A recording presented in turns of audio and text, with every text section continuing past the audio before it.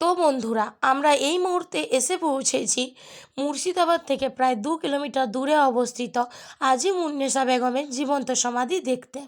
আজিমুন্নেসা বেগম ছিলেন নবাব মুর্শিদ কুলি খাঁর একমাত্র কন্যা সন্তান, যিনি বিবাহ হয়ে যাওয়ার পর থেকেই বাপের বাড়িতে থাকতেন। তো চলো, আজিমুন্নেসা বেগমের জীবন্ত সমাধি কেন দেওয়া হয়েছিল সেই সম্পর্কে কিছু কথা তোমাদের সাথে শেয়ার করি। তো তোমাদের প্রথমেই বললাম যে আজিমুন্নেসা বেগমকে জীবন্ত সমাধি দেওয়া হয়েছিল। তার একটাই কারণ, তিনি বাপের বাড়িতে বিবাহের পর থেকেই থাকতেন, আর বাপের বাড়িতে থাকাকালীন তিনি একবার খুব অসুস্থ হয়ে পড়েছিলেন। তো তখনকার দিনে বৈদ্য চিকিৎসক অনেকেই দেখেছিলেন, কিন্তু কেউ কোনো সুস্থ করতে পারেননি। তখন এক ফকির নিয়ে এসে বলেছিলেন যে এই রোগ দেখে একটাই মাত্র ওষুধ আছে যেটার দ্বারা তিনি সুস্থ হতে পারেন। তো এই জায়গাটায় আজিমুন্নেসা বেগমকে জীবন্ত সমাধি দেওয়া হয়েছিল। তো চলো বলি কি রোগের ওষুধ ছিল। তো সেই রোগের ওষুধ ছিল যে প্রতিদিন একটি শিশুর কলিজা তাকে খেতে হবে, মানে যেটাকে আমরা বলি হৃদয়। তো তখনকার দিনে নবাবের কন্যা মানে তার অনেক শক্তি ছিল। তো তিনি তখন গুপ্ত বাহিনীদের দ্বারা রোজ একটি করে শিশুকে হত্যা করতেন এবং তার কলিজা খেতেন। তো এটা খেতে খেতে তার অভ্যাসে দাঁড়িয়ে যায় এবং তিনি নেশা করে ফেলেন, যে সুস্থ হয়ে যাওয়ার পরও তিনি রোজ একটা করে কলিজা খেতেন।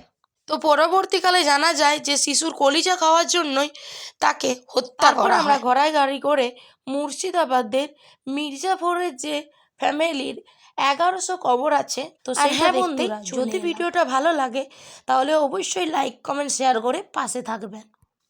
মির্জাফর, যে নামটা এখন বাংলার মানুষের কাছে কালী, প্রতিশোধের প্রতিশব্দ। এখনকার দিনে কোনো মা তার সন্তানের নাম আর মির্জাফর রাখে না। তো আমি এই মুহূর্তে এসে পৌঁছেছি জাফরগঞ্জ। জাফরগঞ্জে হচ্ছে মির্জাফরের পরিবারের 1100 কবরস্থান দেখতে। তো চলো এক নজর তোমাদেরও দেখিয়ে দিই মির্জাফরের পরিবারের 1100 কবরস্থান। তো মির্জাফরের পরিবারের 1100 সদস্যর কবরস্থান হচ্ছে, তার মধ্যে এই হচ্ছে মির্জাফরের কবরস্থান, যেটা সাদা পাথর দিয়ে বানানো, আর দুই সাইডে দুই কাকার কবরস্থান রয়েছে।